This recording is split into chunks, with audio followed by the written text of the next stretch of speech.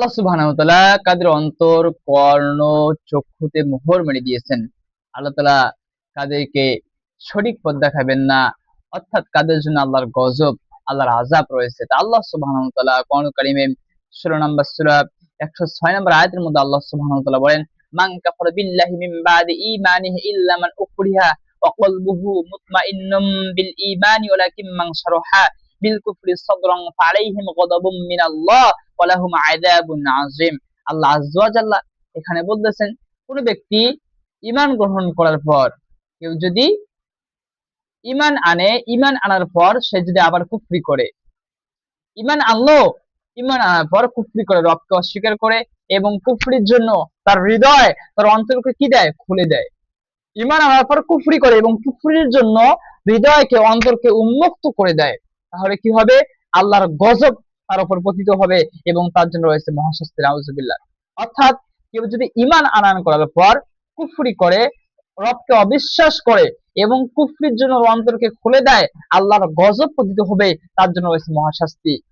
তবে আল্লাহ তাআলা বলতেছেন, তার জন্য নয় যাকে কুফরির জন্য বাধ্য করা হয় কিন্তু তার অন্তর থেকে ঈমানের উপর অবিচল। অর্থাৎ কাউকে যদি কঠিন জুলুম, নির্যাতন, অন্যায় করে বলা হয় যে কুফরি কথা বলো, সে যদি জবান থেকে বাঁচার জন্য কুফরি কথা বলে কিন্তু তার অন্তর ঈমান দিয়ে কি থাকে? পরিপূর্ণ থাকে, তবে তার জন্য নয়। কিন্তু যারা ঈমান গ্রহণ করার পর আল্লাহকে অস্বীকার করে কুফরির জন্য হৃদয়কে উন্মুক্ত করে দেয়, আল্লাহর গজব আছে তার জন্য মহাশাস্তি।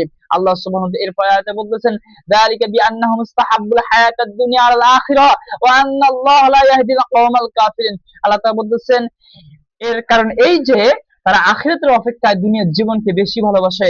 আল্লাহ ঈমান প্রত্যাখ্যানকারীদেরকে, কাফেরদেরকে আল্লাহ তাআলা সঠিক পথ দেখান না।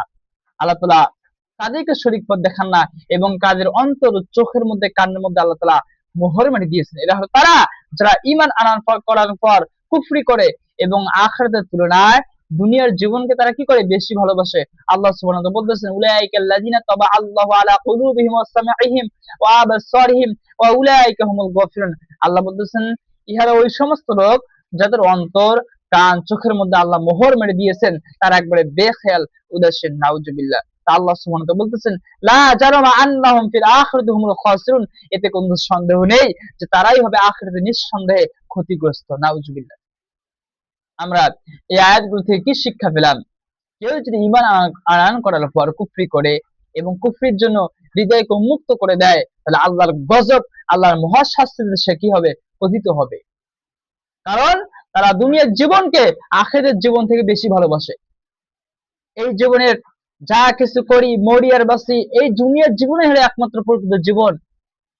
খেল তামাশা, আনন্দ ফুর্তি, রং তামাশা সেটাই করব। মৃত্যুর পর জীবন আছে, মৃত্যুর পর মরে যাব, হাড্ডি হয়ে যাব, গলে যাব, পচে যাব, সরে যাব। এরপর আবার জীবিত করা হবে, আবার কি নতুন রূপে সৃষ্টি করা হবে, আবার কি হিসাবের সম্মুখীন করা হবে। তারা কি মনে করে? দুনিয়ার জীবনটাই হলো একমাত্র প্রকৃত জীবন। তারা আখিরাতের দুনিয়ার জীবনকে ভালোবাসে। তা আল্লাহ তাআলা বলতেছেন যে আল্লাহ তাআলা তাদের কানের মধ্যে, চোখের মধ্যে, অন্তরের মধ্যে মোহর মেরে দিয়েছেন, এরাই হলো আখিরাতে ক্ষতিগ্রস্ত।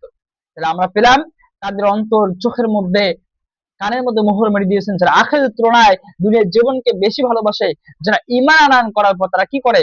ঈমান আনয়ন করার পর তারা কি করে? কুফরি করে। আল্লাহ সুবহানাহু ওয়া তাআলা তাদেরকে কি সঠিক পথ দেখাবেন না? এরাই হলো কি এদের অন্তরের মধ্যে, কর্ণের মধ্যে, চোখের মধ্যে, চক্ষুর মধ্যে মোহর মেরে দিয়েছেন। আর আল্লাহ বলতেছেন, উলা লা জারমা আন্নাহুম ফিল আখিরাতি হুমুল খাসিরুন। এতে কোনো সন্দেহ নেই আখিরাতে তারা হবে ক্ষতিগ্রস্ত, নাউজুবিল্লাহ। তাহলে আমরা কখনো আল্লাহর সঙ্গে কুফরি করব না এবং কখনো আমরা দুনিয়ার জীবনকে আখিরাত থেকে আমরা অগ্রাধিকার দেব না। আমরা আখিরাতকে কি দেব? প্রাধান্য দেব। তা আল্লাহ সুবহানাহু ওয়া তাআলা আমাদেরকে তৌফিক দান করেন। আল্লাহুম্মা আমিন।